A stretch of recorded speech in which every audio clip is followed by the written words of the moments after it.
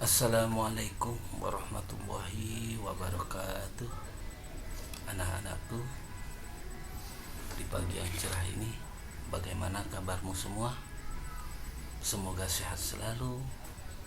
Dan ingat, jaga kesehatan supaya tetap kita bisa sekolah, bisa bertatap muka akhirnya, dan bertemu dengan teman-teman.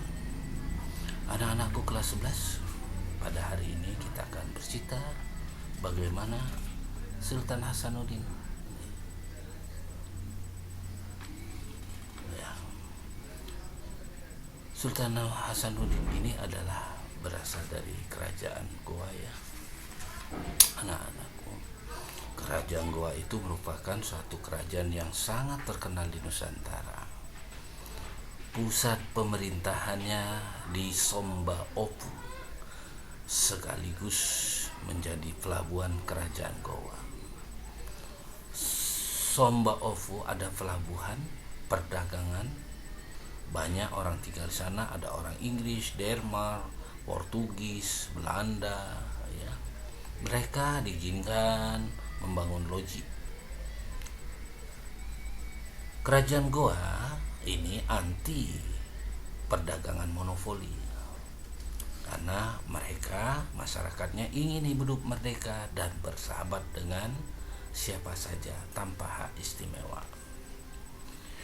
Karena pelabuhan Sombaopu adalah pelabuhan internasional pada saat itu, kapal-kapal dagang dari timur ke barat atau sebaliknya, mereka mengangkut rempah-rempah dari Maluku, ya, ya.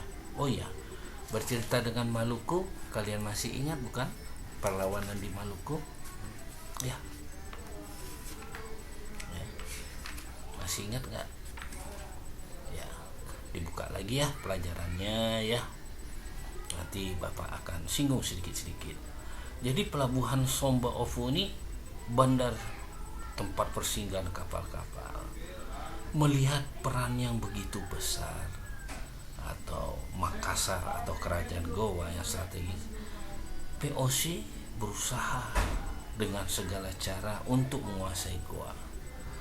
VOC ingin menguasai pelabuhan Sombaopu dan ingin menerapkan monopoli perdagangan. Untuk itu, VOC harus menundukkan kerajaan Goa. Adapun hal yang dilakukan VOC, pertama ia memblokade pelabuhan Sombaopu, tetapi gagal karena perahu-perahu Makassar berukuran kecil, lebih lincah, mudah bergerak antar pulau. Bahkan menggunakan perahu-perahu tradisional itu seperti Padewakang, Palari, Sove, sudah begitu terkenal, ya. Sekarang kita pernah dengar perahu Finisi yang bisa mengarungi antar benua. VOC pun merasa kesulitan untuk menangkap perahu-perahu itu. Ya. Raja Goa yang pada saat itu Sultan Hasanuddin ingin segera menghentikan tindakan VOC yang anarkis dan provokatif itu. Sultan Hasanuddin menentang ambisi VOC untuk menguasai pelabuhan dan memaksa monopoli. Benteng pertahanan mulai dipersiapkan di sepanjang pantai. Beberapa sekutu Goa mulai dikoordinasikan. Semuanya dipersiapkan untuk melawan kesewenang-wenangan VOC. VOC menggunakan politik divide et impera. VOC menjalin hubungan dengan pangeran Bugis dari Bone yang bernama Arufalaka. Setelah mendapat dukungan Arufalaka, pemimpin VOC, Gubernur Jenderal Maid Sukar, memutuskan untuk menyerang Goa. Dikirimlah 21 kapal dengan 600, masing-masing kapal itu 600 orang tentara. Mereka dari tentara VOC, orang-orang Ambon, orang-orang Bugis, Bone yang dipimpin oleh Aruf Alaka, terjadilah pertempuran yang disebut dengan Perang Goa.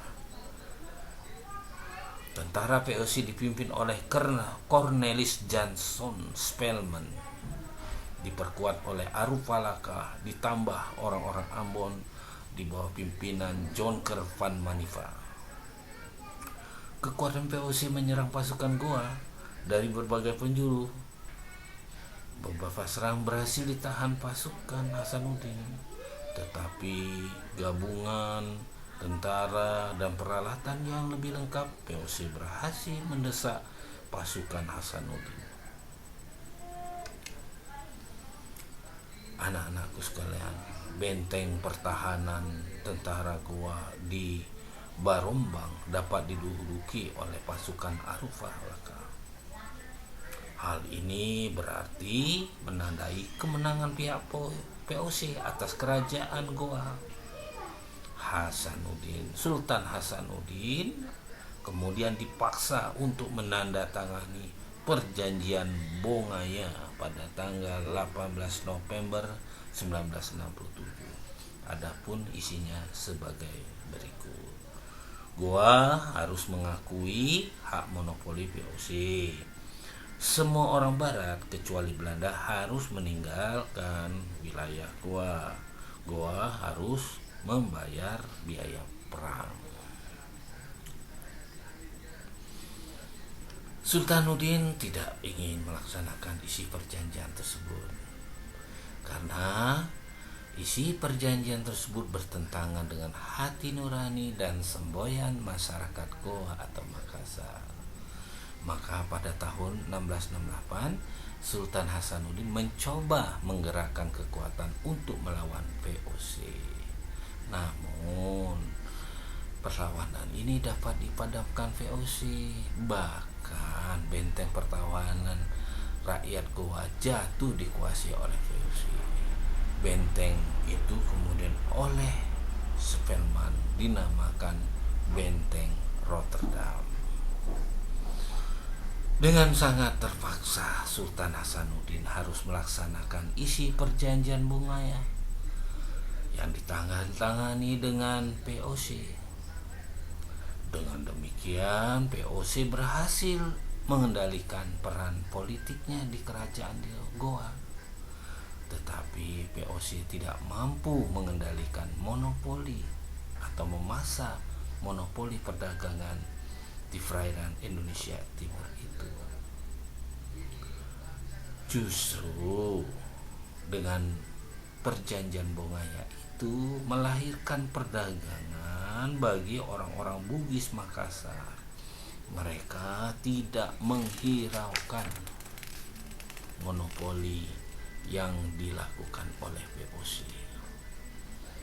Dengan prinsip bebas berdagang, mereka menyeludup ke berbagai kota pelabuhan berdagang, termasuk berdagang rempah-rempah di Maluku. Artinya POC gagal mengendalikan perdagangan yang dilakukan oleh orang-orang Bugis Makassar. Heather Sutherland menjelaskan kegagalan POC mengendalikan pedagang di Indonesia Timur yang dilakukan orang Bugis karena satu, ketidakmungkinan membatasi perdagangan yang didukung dengan motif mencari untung, dipandu dengan kondisi geografis yang sulit dipantau sehingga mudah untuk melakukan penyelundupan dagang. 2. POC memiliki kelemahan dalam pemasaran karena mengejar keuntungan yang tinggi, tidak mampu membangun jaringan dengan pasar lokal dan tidak paham dengan selera pasar lokal. 3. Keterlibatan POC di dalam pembelian produk-produk lokal sangat kecil, termasuk produk-produk dari laut. Sementara para pedagang Cina sangat menghargai produk lokal dan produk-produk laut. Akhirnya VOC tidak mampu bersaing dengan pedagang Cina dan pribumi. Begitulah anak-anakku, bagaimana usaha dari Sultan Hasanuddin yang dikenal ayam jantan dari timur ini mempertahankan kerajaan Goa dari pengaruh VOC. Ya, VOC walaupun bisa menguasai pelabuhan Somba Opu, namun ia tidak bisa menguasai, tidak bisa monopoli karena keterbatasannya ya di dalam pemasaran, perdagangan dan lain sebagainya. Ya, persaingannya dengan pedagang pribumi dan Cina tidak mampu untuk menguasai rempah-rempah di Makassar. Ya, ya. Anak-anakku, demikian dulu. Tetap jaga protokol kesehatan ya. Belajar dengan rajin. Buatkanlah catatan-catatan kecilnya yang untuk bisa dilakukan penilaian. Tetap semangat. Wassalamualaikum warahmatullahi wabarakatuh.